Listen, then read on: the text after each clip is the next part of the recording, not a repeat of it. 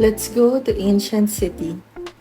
We took the MRT going to Ancient City, then bumaba kami sa Keha Station. Sa exit 3 ng Keha Station, may mga nakaabang na minibus.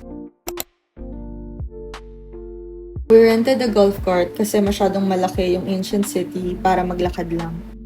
Nagbigay din sila ng map as guide, then meron din silang recommended spots. Iba't ibang temples and areas yung nasa loob ng Ancient City. Ayan, pwede rin kayo sumakay sa elephants, pero di na namin ito tinry. Dito na lang kami sa elephant feeding, pero may bayad yung food na ipapakain sa kanila. Sobrang cute, may big and baby elephants.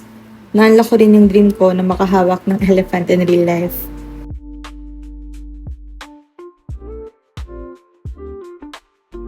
Meron din sila ditong ghost museum.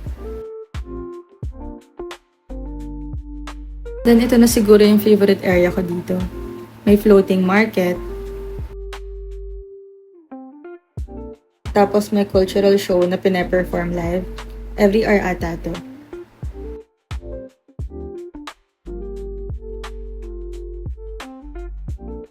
Then pumunta na kami dito sa most famous spot in Ancient City.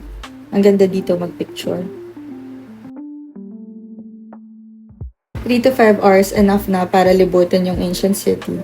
And I highly suggest na mag-book na kayo in advance sa Klook kasi it's very much cheaper kaysa dun pa kayo bibili ng ticket niyo. Then pabalik, nag-book na lang kami ng grab van kasi mainit and pagoda na. Yun lang, bye!